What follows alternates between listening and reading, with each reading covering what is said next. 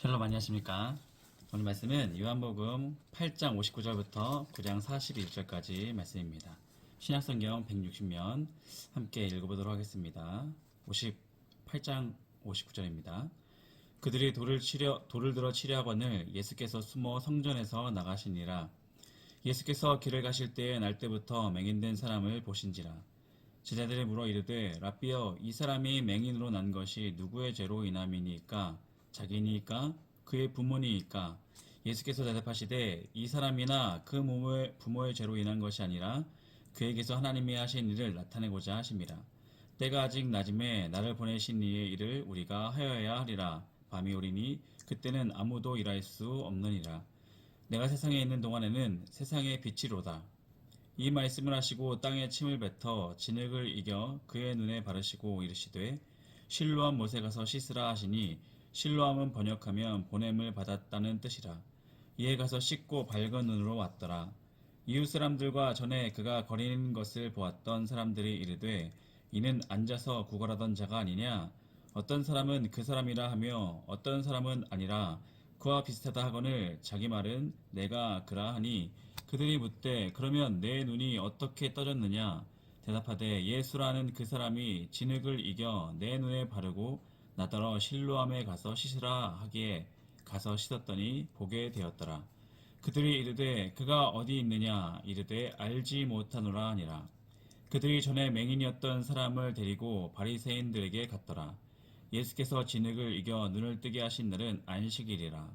그러므로 바리새인들도 그가 어떻게 보게 되었는지를 물으니 이르되 그 사람이 진흙을 내 눈에 바르며 내가 씻고 보나이다 하니, 바리새인 중에 어떤 사람은 말하되 이 사람이 안식일을 지키지 아니하니 하나님께로부터 온 자가 아니라 하며, 어떤 사람은 말하되 죄인으로서 어떻게 이러한 짠 말씀을 이제 사무실에서 읽었고요. 여기서는 이제 본문 말씀 전하도록 하겠습니다.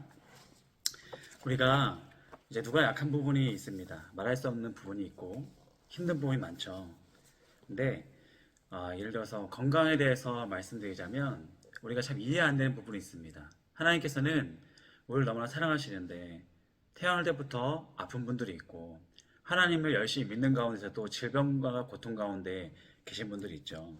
근데 왜 하나님께서는 믿는 사람들에게 또 아무것도 모르는 상태에 있을 때에도 왜 병 같은 또 우리 상황 같은 것에 힘든 가운데 우리를 뭐라고 하실까요? 성경에서 보시면 오늘 그 부분에 대해서 말씀하신 부분이 있습니다.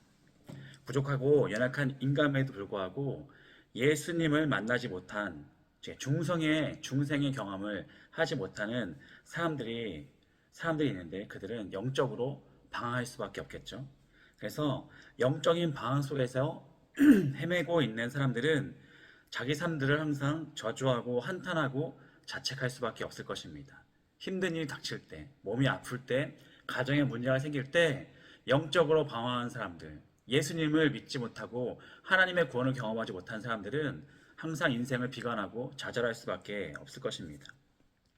이런 불행과 시련과 장애와 병을 이 모든 사람들은 자책하고 절망하고 있는데, 오늘 말씀에서도 보면 실로암에서 병 고침 받은 환자가 있었는데 눈이 이제 뜨이게 됐죠. 안 못 본 사람의 맹인이 눈을 뜨게 되는 사건이 일어났죠.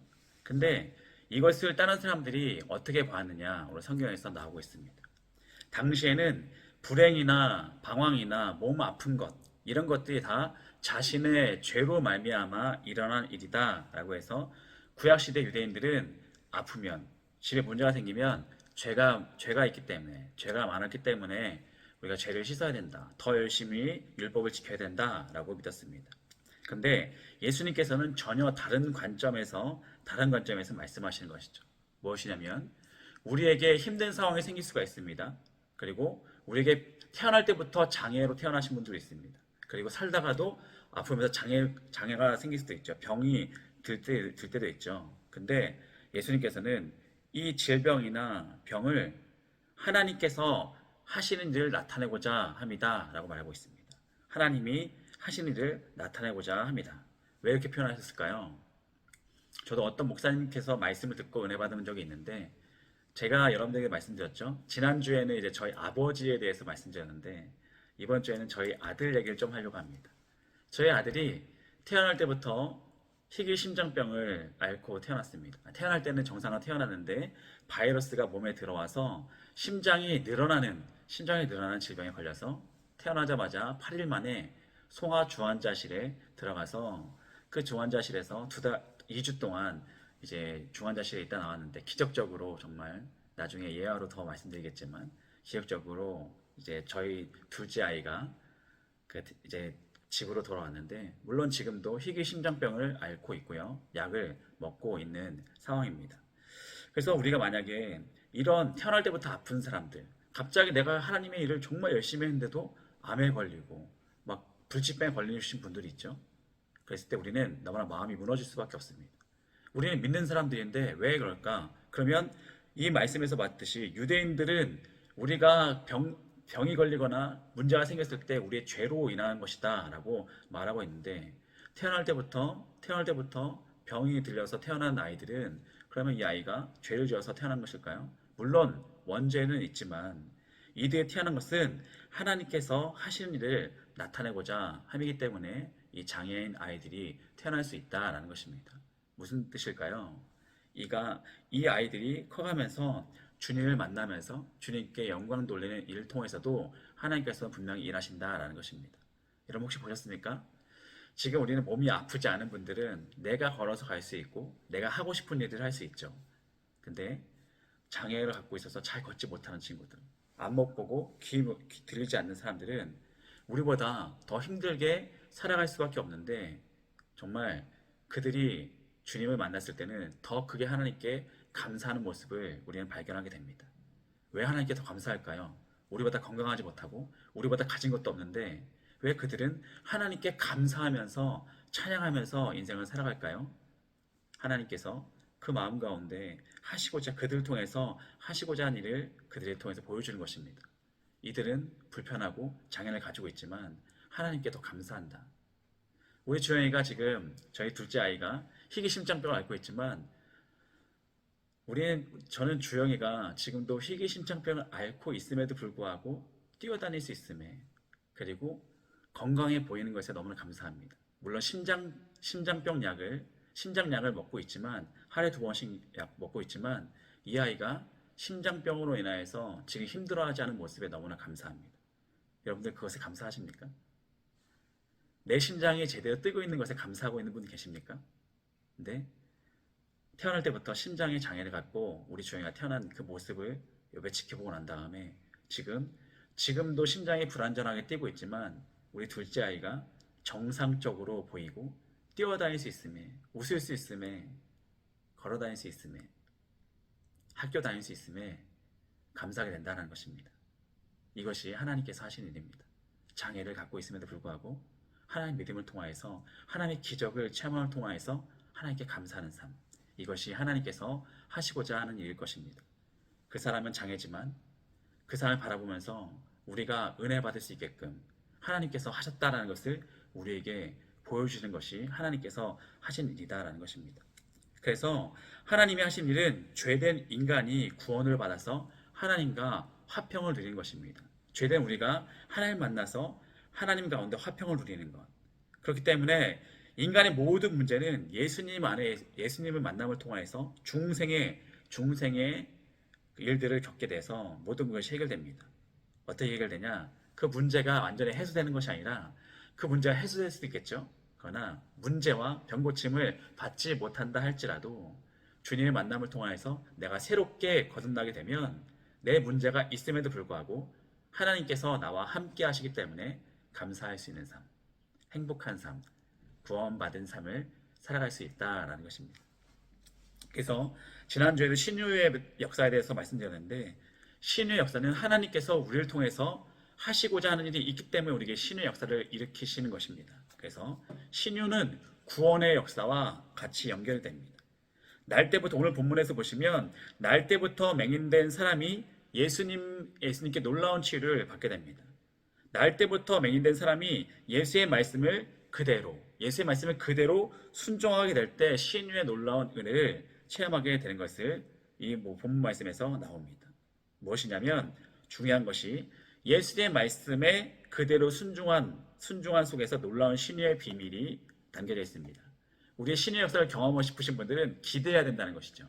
예수의 말씀을 그대로 믿어야 된다는 것입니다. 날 때부터 맹인된 사람은 예수의 말씀을 그대로 순종했기 때문에 신유의 역사를 경험했다라는 것입니다. 또 여기서 구원의 놀라운 비밀이 있습니다. 구원은 무엇이냐면 구원의 놀라운 비밀, 여러분이 알고 있는 그 비밀, 구원은 믿음을 통해서 이루어진다라는 사실입니다. 믿음을 통해서만 가능해진다. 그래서 우리는 우리 모든 말씀에 예수 그리스도의 하나님의 말씀에 순종하면서 우리의 필요를 채워주시고 치유하시는 이 주님의 역사를 경험을 기대하길 소망하면서 살아갔으면 좋겠습니다. 감사함, 그 기적을 경험한 사람들은 신의 역사를 체험하신 분들은 또 주님을 통해서 그 감사함을 회복된 사람들은 더욱더 믿음에서 굳게 서서 흔들리지 않는 믿음으로 하나님 나라에 가기까지 우리가 신앙생활하는 것이 중생하는 사람들의 또 신의 역사를 체험한 사람들의 그런 역할이다라는 것입니다. 신앙생활이다라는 것입니다. 자, 그래서 마지막으로 이 신유와 구원을 경험한 사람들은 이 복음을 자연스럽게 전하는 삶을 살아가게 될 수밖에 없다라는 것입니다. 왜 그렇습니까? 구원의 감격과 또 회복의 역사, 몸의 병 고침 받는 회복의 역사, 또 우리 문제가 해결되는 역사를 우리가 체험하게 되면 하나님께 감사할 수밖에 없겠죠. 오늘 본문에서 보면 성경을 쭉 읽어보시면 요한복음 8장 59절부터 9장 41절까지 이 맹인이 유대인들에게 두 번이나 불려갑니다. 두 번이나 불려갔을 때 이 맹인은 자신에게 일어난 사건을 사실 그대로 말했을 뿐입니다. 사실 그대로 말했을 뿐이지만 하나님의 역사가 그대로 복음이 전파되는 것을 볼 수가 있겠죠.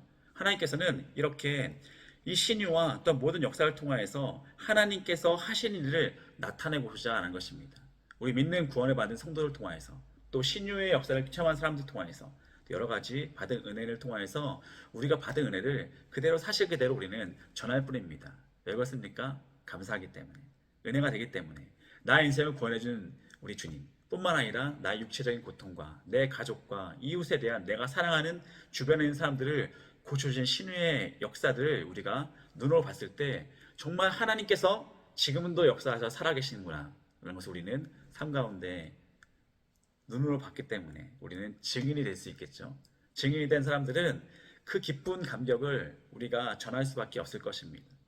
마찬가지로 우리가 그래서 신유의 역사를 우리가 사모하면서 또 중생을 살아가는 우리가 새로운 삶을 살아가게 됐을 때 그 과거의 삶과 지금의 삶을 우리가 비교했을 때 얼마나 행복한 삶인지, 얼마나 우리가 결과가 정해져 있는, 천국의 결과가 정해져 있는 이 구원받은 성도로서 살아가는 것이 얼마나 기쁜지를 우리가 삶 가운데 전할 수 있는 삶이 되었으면 좋겠습니다. 물론 우리가 지금 현재 상태가 더 아플 수 있는 상태가 있습니다. 아니면 더 집안의 경제적인 상황이 힘들 수도 있습니다. 그럼에도 불구하고 우리가 복음을 전하고 기쁘게 주님을 찬양하고 감사하다라고 고백할 수 있는 무엇입니까? 우리는 천국의 소망을 바라보며 사는 백성이기 때문에, 또한 하나님께서 지금 힘든 상황 가운데서도 우리와 함께 하시는 살아 역사하시는 하나님이시기 때문에 우리 모습을 통하여서 하나님께서 분명히 하실 일이 있기 때문에 내가 힘들어도 내 자녀가 힘든 상황에 있을지라도 우리가 그 모습을 통하여서 하나님께서 분명히 우리를 통해서 하시고자 하는 일이 있기 때문이다라는 것입니다. 앞서서 말씀드렸다시피 우리 주영이는, 둘째 아들 주영이는 희귀심장병을 앓고 있습니다. 의사 선생님이 그럽니다. 세 가지 경우 중에서 주영이는 세 가지 중에서 들어갈 것이다. 무엇이냐면 이 친구가 완전히 치유될 수도 있습니다. 그럼 너무 좋겠죠. 너무 감사할 것입니다. 두 번째, 평생 약을 먹고 살아갈 수 있습니다. 이것도 좋습니다. 세 번째, 심장 이식을 받지 못하면 많이 힘들 수 있습니다. 많이 힘든다는 것은 사망을 뜻하는 거겠죠. 나중에 너무 심각해져서 심장을 이식받지 못하면 사망할 수 있다라는 말까지 들었습니다. 그러나 하나님께서는 이 세 가지 중에서 어떤 경우에도 분명히 우리 주님께서는 역사하실 거라 저는 믿습니다. 주님께서 역사하실 믿기 때문에 오늘도 우리 주영을 바라보면서 지금도 주영을 바라볼 때마다 저는 감사할 수밖에 없습니다. 불완전한 심장을 갖고 있어도 건강해 보이는 우리 주영이 얼마나 감사합니까? 그리고 설사 우리 주영이가 건강하지 못한 모습이 있다 할지라도 우리는 하나님께 감사할 수 있습니다. 왜냐하면 주영을 통해서 오늘도 하나님께서 역사하시기 때문입니다. 마찬가지로 우리 모습을 통하여서 하나님께서는 우리 삶을 통하여서 지금도 역사하시는 하나님이라는 사실을 우리가 깨닫게 되어서 우리가 하나님의 섭리를 모두 다 알지 못하지만 그러나 하나님은 지금도 신유 역사를 통하여서 여러 가지 삶 가운데 우리 역사를 통하여서 구원의 길로 우리의 완전한 길로 인도하시는 분이라는 사실을 우리가 깨닫고 오늘도 주님을 의지할 수 있는 주님께 살아역사하신 주님께 간구할 수 있는 또 복음을 전할 수 있는 우리 구역 성도님들 다 되시기를 주님의 이름으로 축원드립니다. 기도하시겠습니다. 할렐루야. 주께 찬양과 영광을 돌립니다. 오늘 실로암 목갓에서 맹인이 구원받은 또한 눈이 열리는 사건을 우리가 경험하게 되었습니다. 신유의 역사를 우리가 성경에서 읽었습니다. 그러나 이것이 남에게만 일어나는 것이 아니라 오늘도 우리 삶 가운데 일어난 역사인 것을 깨닫게 하여 주시고 주님께서는 지금도 신유 역사를 통해서 수많은 역사를 통해서 주님께서 살아 역사하시고 우리를 구원의 길로 인도하신 분이라는 사실을 우리가 깨닫게 하십니다. 믿음을 가지고 우리가 굳건히 서서 우리 삶 가운데 어떤 상황 가운데서도 주님을 의지하며 살아갈 수 있는 우리 모든 구원받은 성도로서 살아갈 수 있는 우리 모두가 되기를 주님께서 역사하여 주시옵소서. 오늘도 주님께 나아갑니다. 우리 구역원 모든 구역원 가족들과 그 자녀들까지도 그 이웃들까지도 주님께서 역사하여 주셔서 주님을 믿는 백성들이 날마다 더해질 수 있는, 그래서 주님께 더욱더 영광 돌릴 수 있는 우리 믿음의 가정들 다 될 수 있도록 주님 역사하여 주시옵소서. 감사드리며 예수님 이름으로 기도하였습니다. 아멘. 이후에 찬양하면서 헌금 나누시고 우리가 하나님을 예수님을 통해서 하나님의 섭리를 이해할 수 있고 또 신유가 구원의 사건으로 연결되는 것이 또 신유와 구원을 경험한 사건들이 있다고 한다면 우리가 서로 나누면서 우리가 교제 나눌 수 있는 시간이 되었으면 좋겠습니다. 감사합니다.